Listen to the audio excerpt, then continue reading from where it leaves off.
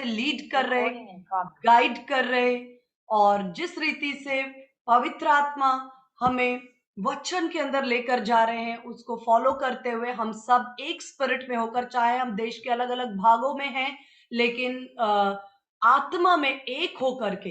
In fact हमारे बीच कुछ लोग इस इंडिया से बाहर से भी हैं, है ना, लेकिन हम इतने डिस्टेंस में होने पर भी होली स्पिरिट ने हमें एक स्पिरिट में किया है और हम परमेश्वर की आत्मा की अधीनता में चल रहे हैं। और बीते समय में जो हमने सीखा, बहुत सी बातों को सीखा, लेकिन जो हमारा लास्ट फोकस आया था उद्धार और पावर ऑफ साल्वेशन, जो हमने अपनी आत्मा में पाया, मसीह में हम नई सृष्टि हैं, अपने स्पिरिट में, अपनी आत्मा में। और हम मनुष्य होने के नाते हमारा 3 भागों में वचन हमें बांटता है, शरीर, आत्मा और प्राण। आत्मा में वचन के अविनाशी बीज से हमने अनंत जीवन, उद्धार और पापों की क्षमा, नई आत्मा, नई सृष्टि मसीह में हमारी आत्मा है।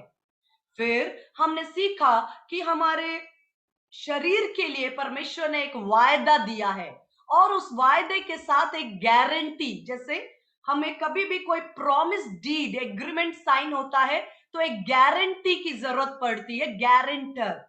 वो होली स्पिरिट, पवित्र आत्मा, उस गारंटी के सील पर छाप है कि परमेश्वर ने हमें वायदा किया है कि ये शरीर जो निर्बलता में, अनादर में, पीड़ा में बोया जाए, लेकिन एक महिमा के साथ कभी न मिटने वाला अविनाशी तेजस्वी शरीर परमेश्वर हमें, जो यीशु मसीह के पास है, उसमें हम होंगे। हमारे प्रिय जो हमसे अलग हुए, वो भी उस अविनाशी शरीर में हम फिर मिलेंगे।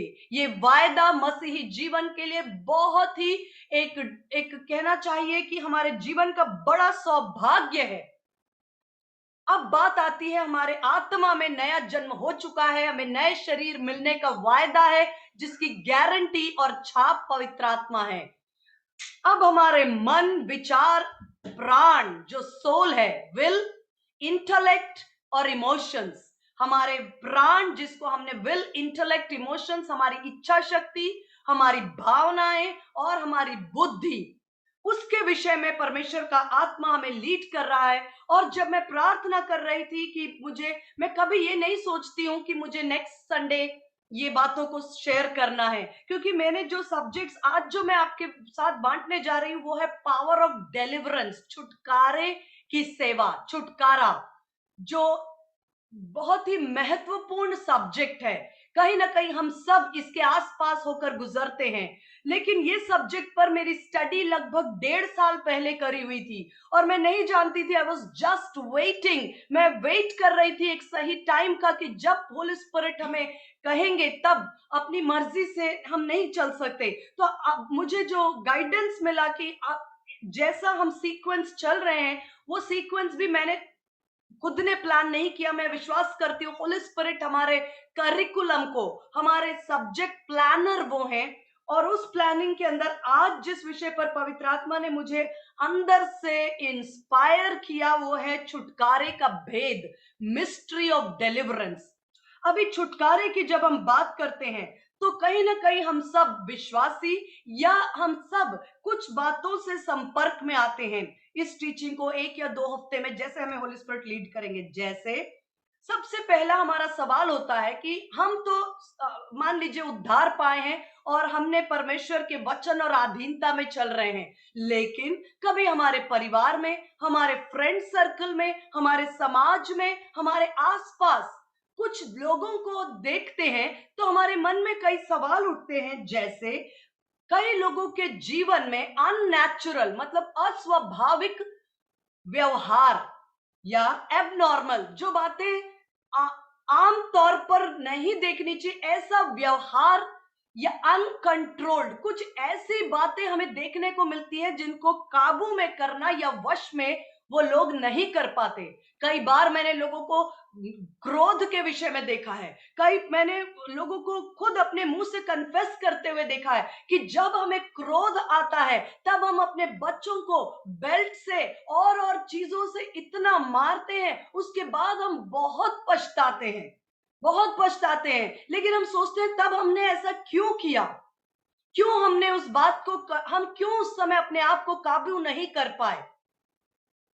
यानी कि अस्वाभाविक और अनकंट्रोल्ड जिन बातों को काबू नहीं किया जा सकता, ऐसा व्यवहार, ऐसा पैटर्न, ऐसा बिहेवियर, क्या कारण है इसका। दूसरा, ये कुछ प्रश्न है जो आमतौर पर विश्वासी और कई बार लोग मुझसे, मैंने इन प्रश्नों को लोग पूछते हैं इन चीजों को, तो वो मैं आपके साथ शेयर कर रही हूं। हो सकता है ऐसे प्रश्नों का सामना आपने भी किया हो कहीं ना कहीं मिनिस्ट्री में। जैसे, क्या एक विश्वासी दुष्टात्मा से ग्रसित हो सकता है? क्या दुष्टात्माओं का प्रभाव विश्वासियों के जीवन में किस हद तक हो सकता है? देन, कई लोगों का जो व्यवहार है वो सेल्फ डिस्ट्रक्टिव, यानी कि अपने आप को नुकसान पहुंचाने वाला। जैसे गदारा के नगर में जब यीशु मसीह ने झील से आंधी और तूफानों को डांट के जैसे ही उस स्थान पर पहुंचे गैदरीन्स में, तो सबसे पहली बार उनकी मुलाकात एक ऐसे दुष्टात्मा से भरे व्यक्ति से हुई जिसे लोग भेड़ियों में बांध कर रखते थे, और वो अपने आप को नुकसान पहुंचाता था, वो अपने आप को मारता था और अपने शरीर को नुकसान पहुंचाता था। और ये यीशु मसीह के द्वारा उसने छुटकारा पाया, और लिखा है कि वो अपने राइट माइंड में वो यीशु मसीह के, जब उसने छुटकारा पाया, वो यीशु मसीह के कदमों में बैठा हुआ पाया गया। ये सेल्फ डिस्ट्रक्टिव व्यवहार, सेल्फ डिस्ट्रक्टिव के मतलब, देखिए, दुनिया में दूसरे को नुकसान पहुंचाना तो आम बात है, जिसको मैं कह रही हूं एबनॉर्मल, यानी अस्वाभाविक। जैसे कोई किसी को मारे, या किसी का प्रमोशन रोक दे, या किसी के आशीष को रोकने के लिए वो कोई काम करे, या किसी की उन्नति से जलन करे, या किसी के मतलब चीजों को बिगाड़े, ये कई बार स्वाभाविक है। लेकिन कोई अपना नुकसान करे, ये अस्वाभाविक है। जैसे मैं बात करती हूं कि जब लोग जानते हैं कि ड्रग्स या नशे की बातों से हमारे शरीर में कितना नुकसान हो रहा है और होगा, फिर भी वो उसमें जारी होते हैं। एक दिन की बात है, शायद पिछले महीने की बात है, हम एक रेस्टोरेंट पर गए, खाना पैक करा रहे थे, और मेरे हस्बैंड रेस्टोरेंट के अंदर थे, मैं और जेनू रेस्टोरेंट के बाहर खड़े थे, वेट कर रहे थे। मेरे हस्बैंड बिल वगैरह सब दे रहे थे। उस समय मैंने एक जवान लड़के को देखा, वो हमारे सामने बैठकर, और वो ड्रग्स को एक पेपर के अंदर फोल्ड कर रहा था, और बिल्कुल सामने बैठा था। तो मैं प्रोफेशन से एक टीचर हूं, तो एक हमारे एक स्वभाव है, हम कुछ भी अपने सामने होता हुआ देखते हैं तो हम उसे इग्नोर नहीं कर पाते। और मैंने तुरंत बोला, जीनू देखो ये ऐसे कर रहा है, मुझे इससे कुछ कहना है। तो मेरा बेटा तो, मम्मी बिल्कुल शांत रहो, आप उसको, आपको कुछ नहीं बोलना है, आपको क्यों बोलना है, आपको दूसरों की बातों में क्यों पड़ना है, आप शांत रहो। लेकिन मैं रुक नहीं पाई, मैंने उस बच्चे को जाके बोला, मैंने कहा, आप जवान हो, आप अपने ही, आप जानते हो ये आपको नुकसान पहुंचा रहा है, फिर आप ये क्यों कर रहे हो। तो उसने बोला, नहीं दीदी, मैं नहीं, ये कुछ नहीं है, मैं जा रहा हूँ। मैंने कहा, नहीं, आपके माता पिता आपको पढ़ने, जो कुछ भी मुझे उसको बोलना था, जो मैंने उसको बोला, और वो वहां से हटकर जाया। तो जाने के बाद मैंने देखा उसका एक बड़ा ग्रुप है, वो अकेला नहीं था, वो साथ में ले रहे थे, वो थोड़ी देर के लिए अलग आया। तो मैं देख रही थी कि ये सब जानते हैं, फिर भी क्यों करते हैं, जिसको कहते हैं सेल्फ डिस्ट्रक्टिव, अपनी ही हानि करने वाला व्यवहार के पीछे क्या कारण है। फिर कुछ जैसे बातें कि क्या एक उद्धार पाया हुआ व्यक्ति की आत्मा बंधन में आ सकती है, या बंधन कहां होते हैं। और इस तरह के कुछ कॉमन सवाल हैं। डिलीवरेंस, छुटकारे का भेद, ये एक सीरीज हो सकता है, 1 या 2 वीक्स में, जैसे भी हमें होली स्पिरिट लीड करे। हम बॉडी, सोल एंड स्पिरिट को पढ़ रहे थे, शरीर, आत्मा और प्राण।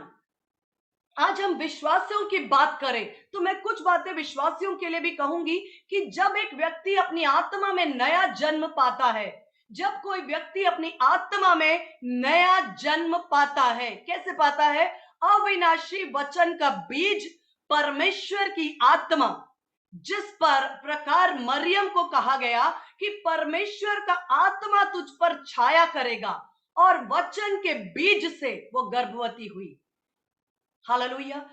इसी तरह से वचन के बीज से, और जब परमेश्वर का आत्मा हम पर छाया करता है और वचन का बीज मेरी आत्मा में आता है, मुंह के अंगीकार से, हृदय के विश्वास से मैं आत्मा में नया जन्म पाती हूं। और मैं आपको कहना चाहती हूं कि ये जो नया जन्म पाया हुआ आत्मा है, कभी भी ये दुष्टात्माओं से ग्रसित नहीं हो सकता। आपकी आत्मा जो नया जन्म पाई है, उस पर दुष्टात्माओं का पोसेशन या बंधन नहीं होता है। ये बंधन, बॉन्डेज और ये दुष्टात्माओं का प्रभाव हो सकता है, लेकिन वो प्रभाव जो है वो हमारे शरीर और हमारे माइंड पर जाकर वो काम करता है। एक बॉर्न अगेन स्पिरिट। मैं इसमें बहुत थियोलॉजी में जाऊंगी नहीं, क्योंकि समय मुझे अनुमति नहीं देता कि इसके ऊपर हम बहुत अधिक चर्चा करें, क्योंकि ये कई ऐसे विषय हैं जिनके ऊपर बहुत सालों से स्कॉलर्स का डिसएग्रीमेंट और बहस होती है, पर हमारा वो मुद्दा नहीं है। मेरा एकमात्र उद्देश्य ये है कि हम इस जूम मीटिंग के द्वारा हर हफ्ते जो कनेक्ट होते हैं, परमेश्वर का आत्मा इस बात का गवाह है, जब हम एज फैमिली प्रेयर करते हैं, हमारा एक ही मोटिव है कि जो परमेश्वर के वचन की सच्चाई है, जो वचन की सामर्थ है, जो वचन के अंदर ब्लेसिंग्स है, जहां तक हो सके वहां तक ये पहुंच जाए। और हर एक व्यक्ति, चाहे हम उसे पर्सनली मिले हो या न मिले हो, जानते हो या न जानते हो, लेकिन उसकी मुलाकात यीशु के साथ, यीशु के वचन की सामर्थ में, और जब वो लिखा है तुम उठ प्रकाशमान हो, यही हमारा मोटिव है, यही हमारा विजन है, यही हमारा दर्शन है कि चाहे वो व्यक्ति हम उसे जानते हैं या नहीं जानते हैं, हो सकता है जीवन काल में हम आपसे मिले या ना मिले, मैं नहीं जानती, लेकिन यदि आप अपने शहर में, अपने नगर में, अपने प्रदेश में, अपने देश में, अपने विदेश में वचन की सामर्थ से, वचन के द्वारा छुटकारा पाकर अपने परिस्थितियों में उठकर खड़े हो जाए, और वो शत्रु जो मृत्यु को लेकर आता है और जो नाश करने के लिए, और जो लिखा है कि चोरी करने, घात करने और नाश करने के लिए आता है, उसकी युक्तियों को कुचलकर, और यीशु जो बहुतायत का जीवन देने आया, वो बहुतायत का जीवन जहां तक हो सके वो नदियां बह जाएं, और जहां तक हमारी आवाज जाए वहां तक मैं यही प्रार्थना करती आज सुबह भी कि पवित्र आत्मा यदि हमारी आवाज में परमेश्वर का वचन और जीवन और आत्मा ट्रैवल नहीं करता है, तो कोई फायदा नहीं है जूम मीटिंग्स को या कोई भी प्रकार की मीटिंग को करने का। वो सिर्फ हमें आनंद देगा, हमें लगेगा हम कुछ कर रहे हैं, लेकिन ट्रांसफॉर्मेशन और परिवर्तन और छुटकारा और सामर्थ और जय जो है वो जीवन और आत्मा से आता है, जो पवित्र आत्मा और यीशु के वचन के साथ जुड़ा हुआ है। मैं इसी बात को कहती हूं, प्रभु यदि इस आवाज में इंटरनेट के द्वारा, अगर यीशु मसीह कहते मेरा वचन जीवन है, मेरा वचन आत्मा है, तो यदि यीशु का वचन, यीशु का आत्मा, वो अगर इस आवाज के अंदर बह जाए, और चाहे इंटरनेट के माध्यम से, कानों के द्वारा, हृदय से होते हुए आत्मा में प्रवेश करे, और एक परिवर्तन और एक छुटकारा और एक उन्नति और एक प्रभाव और एक छुटकारे को लेकर आता है, वो हमारे लिए सबसे बड़ा प्रतिफल है। हालेलुया। मैं इसी बात को कहना चाहती हूं कि छुटकारा एक विश्वासी के लिए, जिसने आत्मा में नया जीवन, नया जन्म पाया है, वो अपनी आत्मा में सिद्ध है, वो अपनी आत्मा में परफेक्ट है, वो अपनी आत्मा में यीशु मसीह के समान है, उसका जीवन यीशु के अंदर है, यीशु मेरे अंदर है। और लेकिन अंधकार की सामर्थ का प्रभाव एक विश्वासी के जीवन में कहां तक संभव है? शरीर तक संभव है, और मन, विचार और भावनाएं, इन क्षेत्रों पर वो काम कर सकता है। क्यों कर सकता है? जबरदस्ती नहीं, क्योंकि उसे इस काम को करने के लिए इनविटेशन या आमंत्रण या स्वतंत्रता स्वयं एक व्यक्ति देता है। मैं एक बात कहती हूं, यदि यीशु मसीह वचन में लिखा है प्रकाशित वाक्य में कि मैं देख तेरे द्वार पर खड़े होकर खटखटाता हूं, मैं द्वार पर खड़े होकर खटखटाता हूं। तो यदि उस यीशु मसीह को, जो आकाश और पृथ्वी का करता है, जो सृष्टि करता है, जो आपका प्रभु है, मेरा प्रभु है, जो जीवन है, जो आत्मा है, अगर वो हमारे जीवन में आने से पहले खटखटाता है और अनुमति मांगता है कि आप द्वार खोलेंगे, वो आपके अंदर लिखा है, तो मैं आऊंगा, प्रवेश करूंगा और मैं उसके साथ और वो मेरे साथ, तुम मेरे साथ और मैं तुम्हारे साथ एक होकर संगति करेंगे। वो परमिशन, वो आपसे और मुझसे अनुमति मांगकर हमारे जीवन में प्रवेश करता है। तो फिर किसी दुष्ट आत्मा के अंदर ये ताकत नहीं, ये हिम्मत नहीं, ये उसके पास सामर्थ नहीं कि अनुमति के बगैर वो किसी भी विश्वासी के जीवन में प्रवेश कर जाए और उनके जीवन में अंधकार को वो प्रारंभ करे। इम्पॉसिबल। यदि हमारा उद्धारकर्ता, हमारा रचने वाला, जिसने मुझे जीवन दिया, जिसका मुझ पर अधिकार है, जिसने मेरे सांसों में सांसें दी, जो मेरे जीवन का आधार है, वो भी मुझसे द्वार पर खड़े होकर अनुमति मांगता है और कहता है द्वार तुम जब खोलते हो तब मैं प्रवेश करता हूं। तो फिर अंधकार की सामर्थ में वो सामर्थ नहीं कि बिना अनुमति के वो किसी के भी जीवन में, चाहे वो विश्वासी या अविश्वासी हो, प्रवेश करके अपनी मर्जी से वो उसके जीवन को चलाए। कहीं ना कहीं वो व्यक्ति व्यक्तिगत रीति से द्वार खोलता है और अनुमति देता है, तब कोई भी प्रकार का अंधकार की सामर्थ जो है उसके दिमाग में, सोचों में, विचारों में, बुद्धि में, भावनाओं में और शरीर में कार्य करने के लिए उसको अनुमति मिलती है, लेकिन फिर भी वो आत्मा को टच नहीं कर सकता। मैं जानती हूं कि मैं कुछ गंभीर विषयों को लेकर आपसे बात कर रही हूं।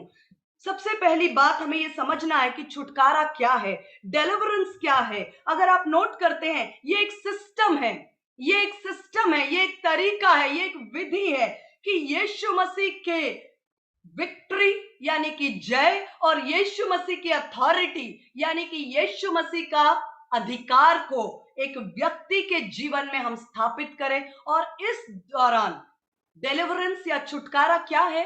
It is a system of establishing. ये एक तरीका है, एक सिस्टम है, एक विधि है। किस बात को स्थापित करने का? यीशु मसीह का अधिकार और यीशु मसीह का जीवन, यीशु मसीह का जय स्थापित करना है व्यक्ति के जीवन में। या यदि उस व्यक्ति को किसी भी रीति से डीमॉन्स यानी कि दुष्टात्माओं ने जकड़ा है, या अंधकार की सामर्थ, पावर्स ऑफ डार्कनेस के विरोध में, और डिसेप्शन यानी कि धोखा, डिसेप्शन यानी कि धोखा, इस बात के पर हम ऑलरेडी पिछले वीडियोस में, मैं रिक्वेस्ट करूंगी कई नए लोग हमारे साथ ज्वाइन होते हैं। हम ये सीरीज दिसंबर से चल रहे हैं। अगर आप डेट वाइज लगभग 5 दिसंबर के बाद से एक एक वीडियो डेट वाइज देखेंगे, हम एक कंप्लीट सीरीज में चल रहे हैं। मैं समझती हूँ एक कंप्लीट सीरीज जो है हमें पता भी नहीं होता है। जैसे एक स्टूडेंट जब क्लास 12th में है या 11th में है, वो पहला दिन, दूसरा दिन, तीसरा दिन, उसे पता भी नहीं होता है कि उसके माइंड को कितना ट्रांसफॉर्म कर दिया गया। जैसे एमबीबीएस का कोर्स करते डॉक्टर्स, उन्हें पता नहीं होता 5 साल में एक व्यक्ति, जैसे मेरी ब्रदर इन लॉ की बेटी डॉक्टर है, वो सर्जन बन रही थी, तो एक व्यक्ति जो 12वीं पास होता है उसे ठीक से चाकू पकड़ना नहीं आता है। ऐसा व्यक्ति जब लगातार सीखता है, 1 साल, 2 साल, 30 साल, 4 साल सीखते हैं, प्रैक्टिकली सीखते हैं, लेक्चर्स में सीखते हैं और व्यवहार में सीखते हैं, 5 साल बाद उन्हें एक एक दिन का महत्व नहीं होता है। लेकिन जब कोर्स कंप्लीट होता है, उनके हाथ में एक ऐसा व्यक्ति जिसको हार्ट अटैक आया है, वो उसकी ओपन हार्ट सर्जरी कर पाते हैं।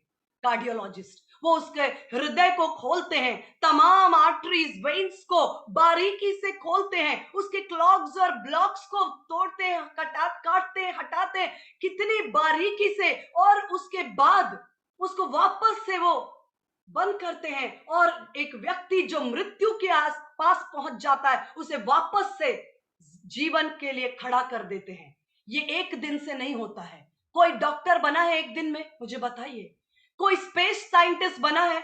आज लोग स्पेस स्टेशन में एक मतलब कि वातावरण स्पेस के अंदर जाके लोग रह रहे हैं, वहां तक जो एक दिन में कोई नहीं पहुंचा। ये विधिवत शिक्षा में एक एक दिन एक एक कड़ी करते करते करते हमें नहीं पता चलता, लेकिन हम एक जगह पहुंच जाते हैं जहां हम कुछ बातों को अंजाम देने के लिए पावरफुली इक्विप हो जाते हैं, स्किलफुल हो जाते हैं, जहां परमेश्वर के राज्य को स्थापित करने के लिए हम वेल इक्विप्ड और एस्टैब्लिश एक लेवल पर है और हायर लेवल पर है, हाईएस्ट लेवल पर हमारे लिए। याद करें, मैं हमेशा कहती हूँ परमेश्वर की उपस्थिति में एक सीढ़ी होती है जो याकूब ने देखी, और वो सीढ़ी का अंत जो है वो परमेश्वर के स्वर्ग तक पहुंचता है। यानी कि हम जिस भी सीढ़ी के पायदान पर है, जिस भी स्टेप पर है, हमेशा और ऊपर और ऊपर और ऊपर जाने की संभावना है, क्योंकि किसी मिनिस्ट्री या किसी बात को हासिल करना हमारा उद्देश्य नहीं है। हमारे जो परमेश्वर के साथ चलना और उसकी हुजूरी में उसकी बातों से सीखना, स्वयं वो सीढ़ी परमेश्वर तक जाकर खत्म होती है। आज हम किसी भी लेवल पर मिनिस्ट्री कर रहे हैं, परमेश्वर हमें अनुग्रह करे कि हम और इक्विप और हायर लेवल पर पहुंच जाएं। Hallelujah, hallelujah. मैं बात कर रही हूं छुटकारे के विषय में, कि जहां पर जैसे मैंने बताया एक विश्वासी जो नया जन्म पाया है, उसकी आत्मा कभी भी बंधन या दुष्टात्मा उसकी आत्मा में प्रवेश नहीं कर सकते, क्योंकि उसकी आत्मा, एक विश्वासी जिसने यीशु मसीह को उद्धारकर्ता ग्रहण किया है, उसकी आत्मा में अविनाशी बीज है, और अविनाशी बीज वचन है। पवित्र आत्मा उस पर छाया करता है, तब जाके वो नया जन्म पाता है। मुंह के अंगीकार से, हृदय के विश्वास से नया जन्म पाने के बाद वो प्रभु पवित्र आत्मा के साथ एक आत्मा होता है। हमारी आत्मा पवित्र आत्मा के साथ एक, मसीह के साथ एक हो जाती है। लेकिन दुष्टात्मा और अंधकार की सामर्थ का प्रभाव विचारों में, शरीर में और भावनाओं में वो कार्य कर सकता है। और मैंने बताया वो क्यों कार्य कर सकता है। वो जबरदस्ती नहीं आ सकता, उसको अधिकार नहीं। जब यीशु मसीह ने अनुमति मांगी है, तो अंधकार की सामर्थ भी हमारे जीवन में बिना किसी अधिकार के प्रवेश नहीं कर सकती। कहीं ना कहीं कोई द्वार, कोई अनुमति, कोई मौका, कोई इनविटेशन, कोई निमंत्रण, कोई आमंत्रण वो व्यक्ति देता है, तब जाकर ये कार्य पूरे होते हैं। हालेलुया। मैं बात करती हूं छुटकारे के, और जब हम नोट कर रहे हो तो आप कुछ सिस्टमेटिक नोट कर सकते हैं। बॉन्डेज या बंधन से छुटकारा, इस विषय पे हम बात कर रहे हैं। Deliverance, mystery of deliverance. Bondage जो है वो किसी भी रीति से देखा जाए तो हम उन्हें 4 भागों में रख सकते हैं। पहला फिजिकल, यानी कि भौतिक, ऊपरी। दूसरा, पहला बंधन फिजिकल। दूसरा मेंटल, यानी कि मानसिक। इसके अंदर इमोशनल भी होता है, मानसिक और भावनात्मक बंधन। उसके बाद आत्मिक। पहला बंधन जो है कितने कैटेगरीज में हो सकते हैं? फिजिकल, यानी कि शारीरिक या भौतिक। दूसरा मेंटल एंड इमोशनल, मानसिक या भावनात्मक। और तीसरा आत्मिक। एक वचन मैं आपके साथ ओपन करूंगी, इफिसियों उसका 2 अध्याय। ये मेरा केंद्र है अभी। इफिसियों उसका 2 अध्याय, उसका 2 अध्याय को मैं आपके लिए पढ़ रही हूं। इफिसियों 2 अध्याय के कुछ पदों को मैं आपके लिए पढ़ रही हूं। पहला वचन, उसने तुम्हें भी जिलाया, उसने मुझे जिलाया। जब कभी आपकी मुलाकात यीशु से हुई, उसने हमें सुधार नहीं किया, रिपेयर नहीं किया, करेक्शन नहीं किया, जोड़ तोड़ नहीं किया, लेकिन क्या किया? जिलाया, मरे हुई दशा से जिलाया। आपको पता है, जब मैं धन्यवाद की प्रार्थना जब करती हूँ पर्सनली, मैं नहीं जानती और लोगों को, कई बार मैं सुनती हूँ लोग प्रार्थना करते, प्रभु हम धन्यवाद देते हैं कि आपने हमें ये दिया। मैं सबसे पहले बोलती हूँ, मैं धन्यवाद देती हूँ कि आपने मेरी मरी हुई दशा में से मुझे जिलाया। क्योंकि बाकी की आशीषें, ब्रेड एंड बटर, नौकरी और गाड़ी, ये सब कुछ तो तब हम एंजॉय करते ना जब जिंदा हो जाते। मरे हुए व्यक्ति के लिए इन आशीषों का कोई लाभ नहीं। यीशु आपने मुझे मरी हुई दशा में से जिलाया, धन्यवाद। अंधकार से निकाला, ज्योति में लेकर आए, धन्यवाद। मृत्यु से निकाला, जीवन में लेकर आया। श्रापों से निकाला, आशीषों का वारिस बनाया। यीशु तेरे समान कोई नहीं। हालेलुया। उसने तुम्हें भी जिलाया, उसने मुझे भी जिलाया। मुझे सुधारा नहीं, मेरे अंदर जोड़ तोड़ नहीं की, कुछ ना कुछ इधर से उधर पैच वर्क नहीं किया, मरी हुई दशा से जिलाया। जो अपने अपराधों और पापों के कारण मरे हुए थे। हमारी दशा, हमारा पहला जो स्टेटस था वो था डेड। कैसे? शरीर में तो चलते थे। मैंने लगभग 19 साल की उम्र में उद्धार पाया। तो क्या मैं 19 साल की उम्र तक मैं क्या चलती नहीं थी? मैं उस समय क्लास 12th पास कर चुकी थी और मैं शायद ग्रेजुएशन सेकेंड ईयर में थी। तो इसका मतलब मरे हुए थे का मतलब क्या है? मैं तो खाती थी, पीती थी, पढ़ाई भी कर रही थी, सब कुछ था। लेकिन परमेश्वर का वचन कहता, तुम जो पाप और अपराधों के कारण मरे हुए थे। मैंने पाप किया, या मैंने, कई बार लोग सोचते हैं मैंने कोई पाप नहीं किया, मैंने कोई गलती नहीं की। लेकिन बाइबल यहां भी हमें बताता है कि एक मनुष्य की आज्ञा न मानने से पाप और मृत्यु जगत में आया, और वो मनुष्य था आदम, पहला आदम। एक मनुष्य के आज्ञा न मानने से पाप और मृत्यु जगत में आया, और उसने हम सब पर पाप मृत्यु फैलाते हुए राज करता है। आदम के अंदर से आने की वजह से चाहे हमारी दशा कुछ भी हो, हम जन्म ही से पाप की संतान थे। लिखा है उसने अपने अपराधों, बाइबल का, परमेश्वर का पवित्र शास्त्र कहता है, अपने अपराधों और पापों के कारण तुम जो मरे हुए थे उसने जिलाया, जिनमें तुम पहले इस संसार की रीति पर और आकाश के अधिकार के हाकिम अर्थात उस आत्मा के अनुसार चलते थे, जो अब भी आज्ञा न मानने वालों में कार्य करता है। डिसोबीडियंस, आज्ञा न मानना, उसके पीछे एक स्पिरिट, एक आत्मा कार्य करता है। आपको आश्चर्य होगा, क्या है? इस बच्चे को बार बार सिखाते, कई लोग टीचर्स हैं, उनका अनुभव होगा, इस बच्चे को बार बार समझाते हैं कि आप पढ़ाई करो, फिर भी वो आज्ञा नहीं मानता। बार बार हम इसको सिखा रहे हैं कि ये गलत काम है, इससे अलग हट जाओ, वो फिर भी बात नहीं मानता। ये बार बार आज्ञा। परमेश्वर का वचन कहता है, तुम भी पहले, मतलब वचन में, उद्धार में आने से पहले इस संसार की रीति पर, यानी कि संसार में जैसा हर कोई चल रहा है, उस संसार की रीति पर किसके अनुसार चलते थे? अपने अनुसार नहीं चलते थे। गलतफहमी में है लोग, सोचते हैं कि इट्स माय लाइफ, मैं मेरी जो मर्जी मैं कर रहा हूं, मेरी इच्छा हो रही है तो मैं ड्रिंक कर रहा हूं, मेरी इच्छा हो रही है मैं ड्रग्स ले रहा हूं, मेरी इच्छा हो रही है मैं पार्टीज में गलत काम कर रहा हूं, मेरी इच्छा हो रही है मैं फोन में गलत वीडियोस देख रहा हूं, ये मेरी मर्जी। आप जो यदि ऐसा सोचता है वो गलतफहमी में है, वो अपनी मर्जी नहीं जी रहा है, वो किसी और की मर्जी से चल रहा है। लिखा है, आकाश के अधिकार के हाकिम, आकाश के अधिकारी, अंधकार की सामर्थ, वो गिराया हुआ स्वर्गदूत, वो पुराना सर्प, वो पुराना अजगर, वो शैतान, वो इब्लीस और उसकी तमाम सेना, आकाश और अंधकार के हाकिम वो हैं। उनके अर्थात उस आत्मा के अनुसार चलते थे जो आज्ञा ना मानने वालों में आज भी कार्य करता है। डिसोबीडियंस। मैं छोटी मोटी बातों की बात नहीं कर रही हूँ। कई बार हम बच्चों को कहते हैं कि बेटा आप ये पिज्जा बर्गर मत खाया करो, रोटी चावल खाया करो, जंक फूड है। बच्चे, नहीं हमें पिज्जा खाना। मैं इन बातों के बारे में बात नहीं कर रही हूँ।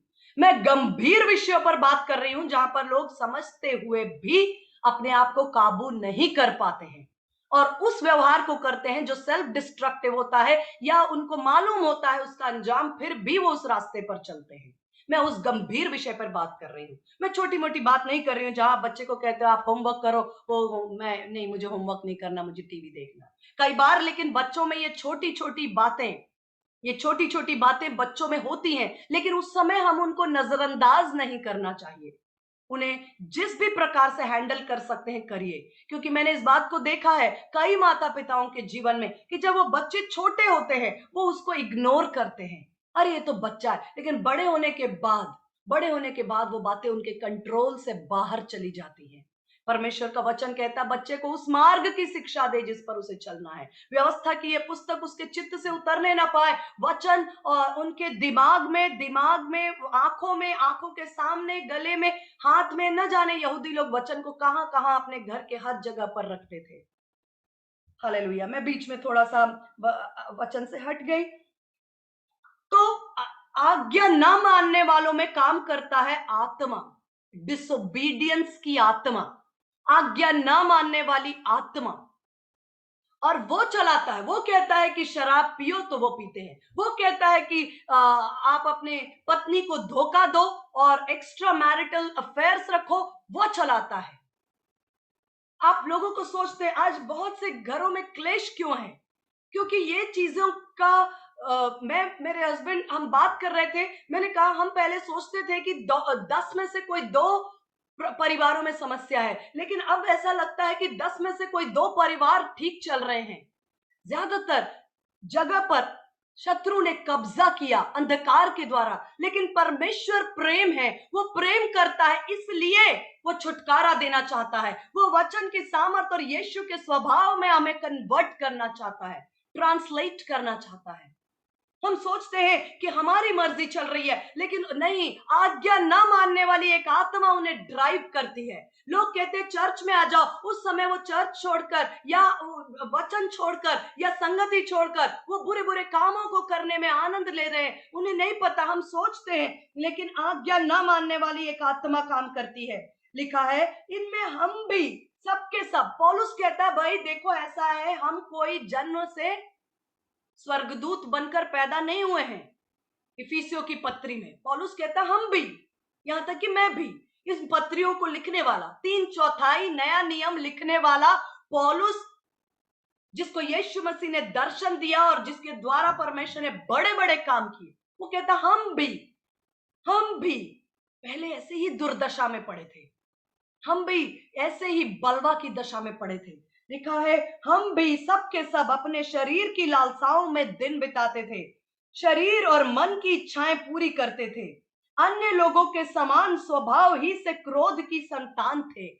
शरीर के अनुसार हम दिन बिताते थे, शरीर की लालसाओं में दिन बिताते थे, शरीर और मन की इच्छाएं पूरी करते थे, अन्य लोगों के समान स्वभाव ही से क्रोध की संतान थे। ये पौलुस क्यों कह रहा है पता है? हम भी, ताकि जब हम ऐसे लोगों को देखें तो हम अपने आप को एक हायर लेवल पर रखकर उन्हें तुच्छ ना समझें,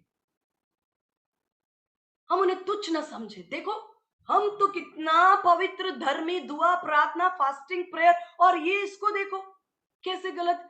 नहीं, पौलुस कहता है याद करो हम भी वहीं से निकल कर आए हैं। ये परमेश्वर की दया, आगे हम पढ़ेंगे कि परमेश्वर की दया है जो उसे हमें उस दलदल की कीच से निकालकर चट्टान पर खड़ा किया। घृणा मत करो, गलत काम में चल रहे हैं उनके लिए हमें जो करना है वो हमें करना है, चाहे प्रार्थना से या काउंसलिंग से, वचन के द्वारा, जो कुछ परमेश्वर का आत्मा हमें अनुग्रह करता, हम उनके लिए जो कुछ कर सकते हैं हमें करना है, ताकि हम उनको उस वश से, दुष्ट के वश से छुड़ा लाए। पौलुस कहता है मैं इसलिए मेहनत करता हूं कि मैं आग में झपट कर कईयों को बचा लूं। आग से झपटना, हम क्या सोचते हैं घर में एसी चलता रहे और हम सेवकाई करते रहे। पौलुस कहता है मैं तो आग से जब आग में से किसी चीज को निकालने की कोशिश करेंगे तो क्या है, हाथ भी तो जलने का डर है ना। लेकिन हमारा हाथ जल जाए, लेकिन हमारी आत्मा तो प्रभु यीशु मसीह के साथ एक है ना। और वो भाई जो आग में जल जाएगा और हम देखते रह जाएंगे, वो जल रहा है हम देख रहे हैं, वो जल रहा है हम देख रहे हैं, लेकिन वो यदि खत्म हो गया तो वो तो हमेशा हमेशा के लिए मृत्यु की अधीनता में, परमेश्वर से अलगाव और शत्रु के साथ नरक की पीड़ा में झोंक दिया जाएगा। ये बातें हमें हियाव देती हैं, हमें पीड़ा देती हैं। आज मैं एक बहन से मिली जो गांव से आती है, एक बोलती पूरे गांव में मैं अकेली विश्वासी हूं, पूरे गांव में मैं अकेली विश्वासी हूं, मेरे पूरे परिवार में। मैंने कहा आप क्या चाहती हैं? पता है आपको, उन्होंने ये नहीं बोला मैं ये चाहती हूँ कि मेरे बेटे की नौकरी लग जाए, मेरे ये हो जाए, मेरा वो हो जाए, खेत बहुत फले और खूब धन नहीं बने। मेरी एक ही इच्छा है बेटा, मेरा परिवार यीशु को जान जाए। ये और वो बुजुर्ग हैं और वो इस बात को कहती, मुझे इतने वर्ष हो गए हैं, मुझे इतने वर्ष हो गए हैं, मेरी एक ही पीड़ा है, एक ही इच्छा है कि मेरा परिवार यीशु मसीह को जान जाए। मैंने वचन सबको सुनाया है, बस ये चाहती हूँ कि उनका हृदय विश्वास में आए। मैं आपको सच बताती हूं कि जब पौलुस कहता है हम भी इन सब के, इनमें हम भी सबके सब, सबके सब, सबके सब, कोई जन्म से ही स्वर्गदूत नहीं है, सबके सब पहले अपने शरीर की लालसाओं में दिन बिताते थे, शरीर और मन की इच्छाएं पूरी करते थे। बार बार शरीर शरीर शरीर, तो क्या है ये शरीर? क्या है शरीर की इच्छाएं? शरीर और के अनुसार जीवन बिताना क्या है? गलातियों 5 अध्याय उसका 19 वचन, गलातियों 5 का 19, शरीर के काम तो प्रकट है। कोई आपको डिस्कवरी चैनल लगा के ढूंढने की जरूरत नहीं है, प्रकट है। क्यों प्रकट है? संसार में देखो, कहीं भी देखो, टीवी चला लो, किसी से मिल लो, अड़ोसी से मिल लो, न्यूज़पेपर उठा लो, पड़ोसी से मिल लो, आपको शरीर के काम ही काम प्रकट है। कुछ भी मेहनत करने की जरूरत नहीं है कि भाई शरीर के काम क्या हैं, चलो हम रिसर्च करें, चलो हम ढूंढें, चलो हम मेहनत करें। नहीं नहीं नहीं, प्रकट है, सबको पता है, हर जगह पर शरीर के काम तो प्रकट है। व्यभिचार, गंदे काम, लुचपन, मूर्ति पूजा, टोन्हा, बैर, झगड़ा, ईर्ष्या, क्रोध, विरोध, फूट, विधर्म, डाह, मतवालापन, लीला क्रीड़ा और इनके जैसे। और ये लिखने वाला गलातियों में पौलुस कहता है और लिस्ट लंबी है, कितना लिखूं? लिस्ट लंबी है, कितना लिखूं? ये सब चीजों से हम अनजाने, चारों तरफ न्यूज़पेपर उठाइए, आपको ये सारे काम क्या उस न्यूज़पेपर में नहीं मिल जाते? सेकंड पेज पढ़िए, चेन स्नैचिंग हो रही है या कोई भी काम आप पढ़ा, आपको ये सारे काम प्रकट है। ये मेरा विषय नहीं है, लेकिन मैं ये बताना चाहती हूं कि हम भी एक समय में परमेश्वर की आज्ञा के विरोध में थे, लेकिन और स्वभाव ही से क्रोध की संतान थे, परंतु बहुत ही खूबसूरत वचन है, इफिसियों 2 का 4 में पढ़ रही हूं। परंतु परमेश्वर ने जो दया का धनी है, परमेश्वर जो दया का धनी है, अपने उस बड़े प्रेम के कारण परमेश्वर ने मुझे और आपको क्यों बचाया? इसलिए नहीं कि परमेश्वर को आप हालेलुया प्रेज द लॉर्ड आराधना करते हैं तो उसका सिंहासन 1 इंच ऊंचा हो जाता है। इसलिए नहीं कि उसको वोट चाहिए आपसे कि वो परमेश्वर बना रहे। No one can vote him to power. किसी ने परमेश्वर को वोट देकर परमेश्वर नहीं बनाया है, वो अपने आप में परमेश्वर है, आदि और अंत से परमेश्वर है, अल्फा और ओमेगा वो है। कभी किसी ने उसे वोट देकर उस सिंहासन पर नहीं बिठाया, इसलिए कोई कभी उसे सिंहासन से इम्पीच भी नहीं कर सकता। ये भय तो हमारे नेता मंत्री और हमारे पद प्रतिष्ठा के होती है कि कौन मुझे चढ़ाया और किसने मुझे यहाँ बिठाया और कौन मुझे, ये बातों से हमारा परमेश्वर बहुत ऊपर, वो अपने आप में जीवन रखता है। हम सब ने अपना जीवन परमेश्वर से पाया है, लेकिन परमेश्वर स्वयं में जीवन है। ही सेल्फ सस्टेन्ड, कोई उसे सस्टेन नहीं करता, कोई और परमेश्वर को जीवन नहीं देता, उसके जीवन का आधार उससे बाहर नहीं, वह स्वयं अपने अंदर जीवन को रखता है। वो परमेश्वर है। हमें उसने इसलिए नहीं बचाया कि हम उसे, उसके सिंहासन को ऊंचा कर दे। परमेश्वर जो दया का धनी है, अपने बड़े प्रेम के कारण, कहिए प्रेम के कारण, it is the love of God, उसका नंबर 1 एजेंडा, प्रायोरिटी, उसका पहला कारण जो उसने मुझ पर और आप पर अपनी दया दिखाई, अपने प्रेम के कारण, जिससे उसने हमसे किया। कहिए मुझसे प्रेम किया, परमेश्वर मुझसे प्रेम किया, मैं जो पापी ही थी, मुझसे प्रेम किया। प्रेम के कारण जो उसने हमसे प्रेम किया, जब हम अपराधों के कारण मरे हुए थे, कब जिलाया? जब आपने अच्छे काम किए तब परमेश्वर ने आपको गले से नहीं लगाया।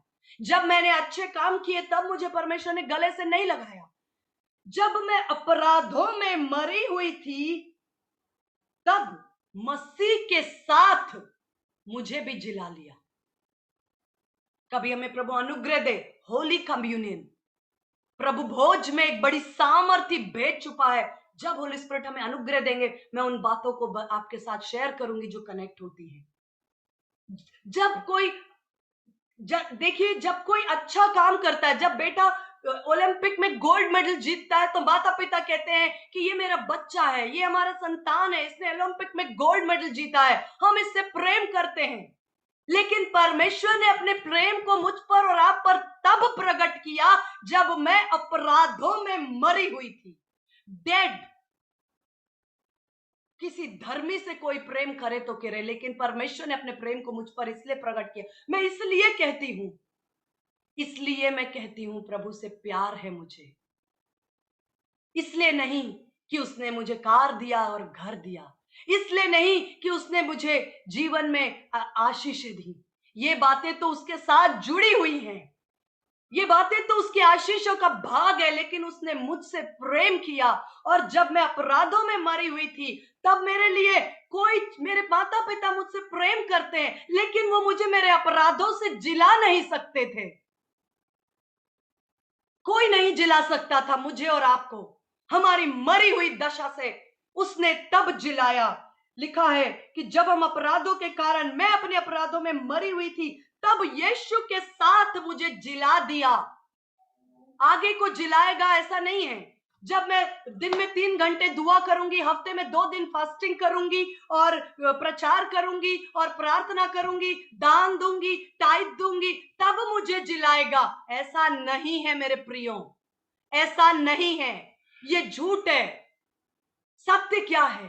सत्य ये है कि उसने मुझे अपराधों में, जब मैं मरी हुई थी, तब जब यीशु मसीह 2022 वर्ष पहले मुर्दों में से जी उठा, उसी दिन नीलिमा भी मुर्दों में से आवाज जी नहीं उठी। आ रही।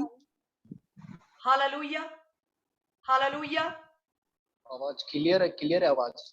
प्रॉब्लम होगा उनके में। चेक करें प्लीज, चेक करें। रिकनेक्ट करेंगे तो आ जाएगा। आप रिकनेक्ट करने का ट्राई करें सिस्टर। मैं बता रही थी कि मुझे आज नहीं जिलाया, जिस दिन मैंने उद्धार पाया उस दिन नहीं जिलाया। Thank you sister. सिस्टर कह रहे आवाज आ रही है। जिनका नहीं आ रहा है, आवाज क्लियर नहीं है, आप प्लीज एक बार चेक करें, ट्राई करें, रिकनेक्ट करें, या जिस भी तरह से। आज मैंने सन 2000 में उद्धार पाया, उस दिन मेरी आत्मा में नया जन्म पाया। मुझे यीशु मसीह में मेरे उद्धार का प्रबंध 2022 वर्ष पहले, जब मैं जन्म भी नहीं ली थी, जब मैं पैदा भी नहीं हुई थी, तभी मेरे लिए परमेश्वर ने मुझे देख लिया, मुझसे प्रेम कर लिया। मैं भलाई करती या बुराई करती, उन सब बातों से पहले, मेरे जन्म से पहले मुझे देख लिया, मुझे आत्मा में और मुझे प्रेम किया और यीशु मसीह में मुझे जिलाया। अनुग्रह ही से मेरा उद्धार हुआ है। और मसीह यीशु के साथ न केवल जिलाया, लेकिन उसके साथ उठाया। मुझे जिलाकर छोड़ नहीं दिया अनाथ, लेकिन उसे न केवल जिलाया, मसीह यीशु के साथ उठाया, स्वर्गीय स्थानों में बिठाया। और वह अपनी कृपा से जो मसीह यीशु में है, आने वाले समय में अपने असीम, लिखा आने वाले समयों में अपने अनुग्रह का असीम धन मुझ में और आप में दिखाए। आज यीशु मसीह स्वर्गीय स्थानों में बैठा है। परमेश्वर ने मुझे और आपको वहां बिठाया है, लेकिन पृथ्वी पर आपको और मुझे अधिकार दिया है। जो काम आज से 2022 वर्ष पहले यीशु मसीह ने किया है, वो काम करने के लिए अधिकार मुझे और आपको पृथ्वी पर चलते फिरते हुए यीशु के स्वरूप में, यीशु के कामों को उससे भी बढ़कर करने के लिए अधिकार देकर भेजा है इस पृथ्वी पर। Hallelujah, hallelujah. मैं बात कर रही थी कि छुटकारे की, और मैंने बताया ये 4 तरह का बॉन्डेज, फिजिकल, भौतिक बंधन, या मेंटल, मानसिक, भावनात्मक बंधन, और उसके बाद आत्मिक। मैंने बताया आत्मा में हम कैसे मरे हुए थे, वहां से हमें जिलाया गया। हालेलुया। यूहन्ना 8 अध्याय में लिखा है कि तुम यहूदियों से यीशु मसीह कहते हैं, समय खत्म हुआ इसलिए मैं वो वचन नेक्स्ट टाइम लूंगी। प्रभु यीशु मसीह यहूदियों से कहते हैं, जो सदूकी, फरीसी और से बड़े बड़े शिक्षा देने वाले लोग थे, कहा तुम अपने पिता शैतान से हो, जो आरंभ ही से झूठ बोलता है। 8:44, क्योंकि उसमें सत्य नहीं, क्योंकि उसमें सत्य नहीं। मैं सत्य हूं, मुझ में सत्य है, ये नहीं कहा यीशु मसीह ने, मैं स्वयं सत्य हूं। हालेलुया। ये 4 तरह के बंधनों को हम जब देखते हैं, भौतिक बंधन बहुत आसान है समझना। जैसे हमारा देश एक समय में गुलामी में था। हमारे देश में हम क्या चाहते हैं, पढ़ाई, क्या कपड़े पहनना है, कैसे हमारे देश में बिजनेस चलेगा, कैसे हमारे देश में लीडर्स होंगे, इन बातों का कोई अधिकार हमारे पास नहीं था। ब्रिटिश ईस्ट इंडिया कंपनी, अंग्रेजों की अधीनता में हमारे देश ने कई वर्ष गुलामी के बिताए हैं। वो है भौतिक बंधन। भौतिक बंधन। कई हमारे माता पिता उस दौर को देख चुके हैं। वो जानते हैं कि जब भारत आजाद नहीं था, अंग्रेजों के गुलामी में था, तो कितनी बातों में, कोई बात में उनके पास अधिकार नहीं था। जैसे वो चलाते थे हमारा देश चलता था। लेकिन एक समय आया, भारत आजाद हुआ। भारत आजाद हुआ 1947 में, और आज हम अपने देश में अपने कानून और अपने देश के हित की बातों का फैसला लेने के लिए अधिकार रखते हैं। ये भौतिक बंधन। इज़राइल भी 430 वर्ष के लिए मिस्र की गुलामी में था। इज़राइल भी 430 वर्ष के लिए मिस्र की गुलामी में था। मिस्री उन्हें सताते थे और उन्हें बहुत अधिक वो काम कराते थे, हर प्रकार की पीड़ा, कोड़े बरसाते थे। ये भौतिक बंधन है।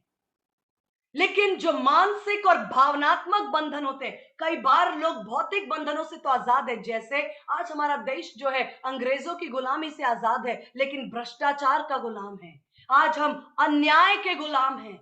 कई ऐसी चीजें हैं जो दिखती नहीं है, लेकिन वो आज भी हमें आगे बढ़ने से रोकती हैं। यही काम मिस्र में हुआ। मिस्र से जब इजराइल आजाद हुआ, परमेश्वर ने 10 कहना चाहिए प्लेग्स, यानी कि 10 प्लेग्स को क्या बोल सकते हैं, 10 तरह के दंड को देकर, विपत्तियों को भेजकर, 10 विपत्तियों को भेजकर इजरायलियों को मिस्र की गुलामी से आजाद किया। वो 10 विपत्तियां वास्तव में 10 प्रकार का जजमेंट था, न्याय था, जो परमेश्वर ने, क्योंकि फिरौन स्वयं एक बहुत बड़ा जादूगर था, एक विजार्ड था, और वो तमाम प्रकार के अंधकार की शक्तियों को वहां पर मिस्र में सिखाया जाता, सीखा जाता था, बढ़ावा दिया जाता था। तभी तो उनके जादूगर आते हैं और वो भी अपने लाठी को डालते हैं और सांप में बदल देते हैं। लेकिन मूसा की जो लाठी है वो उन सबको निगल लेती थी। वो अंधकार से भरा हुआ एक प्रदेश था मिस्र। बुद्धि में, ज्ञान में, समझ में, धन में बहुत आगे था, लेकिन अंधकार की बातों को वहां पर आराधना की जाती थी। स्वयं फिरौन भी जादू और टोने और तमाम तंत्र विद्या का शहंशाह था, वो जिसकी कीमत उसे चुकानी पड़ी अपने पहलौठे बेटे की मृत्यु के द्वारा। इस सारी गलत विद्या का सीखना और पालन करना और देश में उससे शासन करने की कीमत चुकाई फिरौन ने अपने पहलौठे की मृत्यु का दाम देकर, और उसकी सेना लाल समुद्र में डूब गई। इजराइल वहां से आजाद हुआ। लेकिन आप क्या जानते हैं, आपने बाइबल में पढ़ा है, आप सब बाइबल के जानने वाले लोग हैं, आपका वचन क्या कहता है, आपकी बाइबल क्या कहती है कि सचमुच में परमेश्वर ने उन्हें मिस्र से तो निकाल लिया, लेकिन उनके अंदर से मिस्र बाहर नहीं गया। मिस्र से इजरायली बाहर आए, लेकिन इजरायलियों के अंदर से मिस्र बाहर नहीं जा पाया। आज फिरौन जब इजरायली लाल समुद्र के पार आ गए, तो फिरौन एक सिंहासन पर बैठकर उन पर अधिकार और हुक्म नहीं चला रहा है, लेकिन उनके मन के अंदर एक गोल्डन काफ, या उसको क्या बोलते हैं, गोल्डन काफ, सोने का बछड़ा, एक सोने का बछड़ा उनके मन में था, जिसको उन्होंने मौका पाते ही वास्तविक रूप में गढ़ दिया। एक सोने का बछड़ा और एक उनके मन में एक मूर्ति पूजा और तमाम मिस्र के अंधकार की बातें उनके अंदर समाई हुई थी। वो मिस्र से बाहर आए, लेकिन मिस्र उनसे बाहर नहीं आ पाया। और जैसे ही उनको मौका मिला, दबाव पड़ा, उन्होंने उस बछड़े को, जो बछड़ा कहीं से आया नहीं, वो पहले उनके मन में था, वो उनके हाथों से बनाकर उन्होंने प्रकट करके वहां बिठा दिया। उनके व्यवहार में बंधन था। आज फिरौन की गुलामी नहीं थी, लेकिन एक मानसिक और भावनात्मक गुलामी के अंदर इजराइल ने 40 वर्ष, एक दिन नहीं, 2 दिन नहीं, 40 वर्ष बिताए हैं। कैसे, मैं आपको बताना चाहूंगी, यहां रुकूंगी, नेक्स्ट टाइम हम इनको कवर करेंगे। परमेश्वर का वचन यीशु मसीह कहता है, तुम सत्य को जानोगे, सत्य तुम्हें स्वतंत्र करेगा। यहूदी बिखर गए, हम स्वतंत्र होंगे? हम किसके गुलाम हैं? हम तो शुरू से ही अब्राहम की संतान है, हम ग्रेट है, हम तो विश्वासियों का पिता कहलाने वाले अब्राहम की संतान है। हमने कभी किसी की गुलामी नहीं की, हम कैसे आजाद होंगे? तब यीशु मसीह ने कहा, तुम जब पाप करते हो तो पाप के गुलाम हो। मैंने बताया, आज जो लोग सोचते हैं, माइकल जैक्सन एक समय में बहुत फेमस, एक बहुत ही पॉपुलर एक गीतों का रचने वाला और गायक था, जिसने इतनी ज्यादा ख्याति और प्रसिद्धि प्राप्त करी कि उसने धीरे धीरे अपनी प्रसिद्धि में इतना वो कहना चाहिए, इतना वो मशहूर हुआ कि उसकी प्रसिद्धि, उसकी सक्सेस, उसकी सफलता उसके दिमाग को भ्रष्ट कर दिया। एक समय आया, उसने अपना लिंग परिवर्तन भी कराया। और मैं इस बातों में ज्यादा नहीं जानती, मुझे माफ करें यदि आप ज्यादा जानते हैं, तो मैं नहीं जानती, पर जहां तक मैं ऊपर ढंग से जानती हूं, उसने अपने जेंडर ट्रांसफर करवाकर उसने अपने आप को एक लड़की का स्वरूप में बदलवाने की कोशिश। तमाम भ्रष्टता, ये मानसिक रीति से वो क्या, इसका एक गीत था, इट्स माय लाइफ, एक गीत गाते थे, वो बहुत फेमस गीत था, ये मेरा जीवन है, मैं जो चाहूं करूं, मैं चाहूं ये करूं, मैं चाहे वो करूं, मैं चाहे जो करूं, ये मेरा जीवन है। जब मैं उद्धार नहीं पाई थी, बहुत पुरानी समय में, जब मैं इस गीत को सुना, मुझे ये गीत अच्छा लगा और मैं इस गीत को लेकर आई और मैंने अपने घर में एक टेप रिकॉर्डर में डाला। मेरे पापा ने उस समय, मुझे तब मैं प्रभु को नहीं जानती थी, लेकिन मेरे पापा ने बोला, ये गीत दोबारा आपको नहीं बजाना है। He said, ये गाना नहीं चलाना है आपको। मैं चाहे ये करूं, मैं चाहे वो करूं, जो करना चाहूं मैं करूं, क्योंकि ये मेरा जीवन है, इट्स माय लाइफ। और ये सोचते हुए लोग धोखा खाते हैं कि ये मैं अपने जीवन में चल रही हूं, लेकिन अपने आप आपका जीवन है, लेकिन आपको कोई और चलाता है। अंधकार के वश में रहने वाले लोगों को आप ये संदेश दें कि ये जीवन आपका है, लेकिन आपको कोई और चला रहा है, कोई और चला रहा है, जहां से आप उनके। तब यहूदियों ने कहा कि हम किसके गुलाम हैं? यीशु मसीह ने कहा, जो पाप करता है वो पाप का गुलाम है। हम सोचते हैं हम पाप कर रहे हैं, लेकिन वास्तव में पाप की आत्मा, पाप का व्यक्तित्व, वो हमसे वो करवाता है जो हम चाहते हैं, वो चाहता है। रात को कोई नहीं देख रहा है, मेरे मोबाइल फोन पर मैं क्या देख रही हूं, कौन से वीडियोस देखे जा रहे हैं, हम सोच रहे हम देख रहे, हमसे कोई देखने के लिए प्रेरित कर रहा है।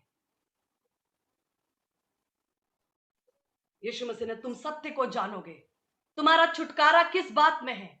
बंधन 430 साल का हो, लेकिन परमेश्वर ने जिस दिन छुटकारे की घोषणा कर दी, उस दिन 430 साल का पुराना बंधन भी टूट गया और इजरायली लाल समुद्र से, फिरौन की गुलामी से बाहर आए। मेरे और आपके जीवन में, या मेरे प्रियों के जीवन में, मेरे जीवन, मेरे परिवार, मेरे दोस्त, मेरे मित्र, मेरे समाज में यदि कोई है जो बंधन में है, हियाव बांध है, कितना ही पुराना बंधन क्यों ना हो, 430 साल पुराना बंधन तो शायद किसी का नहीं होगा ना, क्योंकि हम एक मनुष्य की आयु ही 120 वर्ष की आसपास की है। क्या आप किसी ऐसे व्यक्ति को जानते हैं जिसका बंधन 430 साल पुराना है? नहीं है ना। 10 साल, 5 साल, 20 साल, 15 साल, इतना तो क्यों नहीं वो बंधन टूटेगा? जब 430 वर्ष की गुलामी को परमेश्वर ने फिरौन को अपने पहलौठे के मृत्यु का दान देकर परमेश्वर ने कहा मेरी प्रजा को जाने दो। जिस दिन परमेश्वर आज्ञा देगा वो बंधन टूट जाएगा, वो बेड़ियां टूट जाएंगी। वो चाहे सोने की हो, चाहे वो लोहे की बेड़ियां हो, चाहे वो ब्रास यानी कि पीतल की बेड़ियां हो, कितने भी मजबूत अंधकार की बेड़ियां हो, कितने ही मजबूत बेड़ियों ने दिल दिमाग को अंधा कर दिया, पर्दा डाल दिया और सुसमाचार के प्रचार को और रूप को चमकने से रोक दिया। लेकिन यीशु मसीह का वचन, तुम सत्य को जानोगे, सत्य तुम्हें स्वतंत्र करेगा। स्वतंत्रता की एक ही कुंजी है सत्य। परमेश्वर का वचन सत्य है। ये वचन आपके जीवन, आपके परिवार, आप जिस किसी को भी जानते हैं, जिसके लिए आप पीड़ा में हैं, जिसके लिए आप प्रार्थना कर रहे हैं, जिसके लिए आपको दुख है कि ये कितना पुराना, कैसे सुधरेगा, कोई भी बंधन क्यों ना हो, सत्य स्वतंत्रता को लेकर आता है। मानसिक जो बंधन होते हैं, आत्मिक या किसी भी रीति से, हम इस विषय पर आगे चलेंगे आने वाले समय में। परमेश्वर हमें गाइड करे, लीड करे, मुझे होली स्पिरिट सहायता करे, तो मैं आपके साथ इस विषय पर और बात करूंगी कि बंधनों के द्वारा एक व्यक्ति का जीवन कहां पहुंचता है। दूसरा, बंधनों का मुख्य कारण क्या है, बॉन्डेज क्यों होता है, क्यों एक व्यक्ति दुष्टात्मा के ग्रसित होता, क्यों एक व्यक्ति के जीवन में मानसिक और भावनात्मक बंधन क्यों होते हैं और उनका छुटकारा कैसे किया जा सकता है। और हम जब दुष्टात्मा ग्रसित व्यक्ति से मिलते हैं तब हमारी क्या मनोदशा होती है, जब वो दुष्टात्मा से आजाद होता है तब उसके जीवन में क्या कुछ और परिवर्तन लाने की जरूरत है। ऐसे कई विषयों पर होली स्पिरिट हमें गाइड करेंगे और हम इस विषय पर चलेंगे। मैं विश्वास करती हूं कि हालेलुया, एक क्षण के लिए आइए अपनी आंखों को बंद करेंगे। हालेलुया, एक क्षण के लिए मैं चाहती हूँ आप जहां कहीं भी हैं, आप चाहे किसी भी रूम में, ड्राइंग रूम में है, बेडरूम, किचन, जहां भी हैं, अपनी आंखों को बंद करें। हालेलुया, इस समय आप परमेश्वर को मुंह खोलकर धन्यवाद दे सकते हैं कि उसने आपसे प्रेम किया। जब हम मरी हुई दशा में थे, यीशु मसीह के साथ मुझे पिता ने जिला दिया। ओ उसकी महिमा का धन असीम अपार है। ओ उसने जब इकलौते बेटे को दे दिया, और सब कुछ क्यों ना देगा, क्यों ना देगा छुटकारा, क्यों ना देगा चंगाई, क्यों ना देगा वो बरकतें और आशीषें, क्यों ना देगा वो हमारे जीवन में मार्गदर्शन, क्यों ना देगा दिशा निर्देश, क्यों ना देगा आशीषों को। जिसने इकलौते बेटे को न रोक छोड़ा, वो क्यों ना देगा मेरे प्रियो को छुटकारा, मानसिक छुटकारा, बंधनों से छुटकारा और एक नई सुबह की तासीर, एक नई सुबह की घोषणा क्या नहीं हो सकती। आशा है हमारे पास कि यीशु मसीह, हालेलुया, पुराने से पुरानी गुलामी 430 साल की, उसको यीशु मसीह खत्म करते, कुचलते हैं, नई सुबह का आगाह करते हैं। हम वो शोफार है, हम वो परमेश्वर के ट्रम्पेट हैं, हम वो ट्रम्पेट्स हैं जिनके द्वारा परमेश्वर अपने वचन के द्वारा छुटकारे की घोषणा करता है।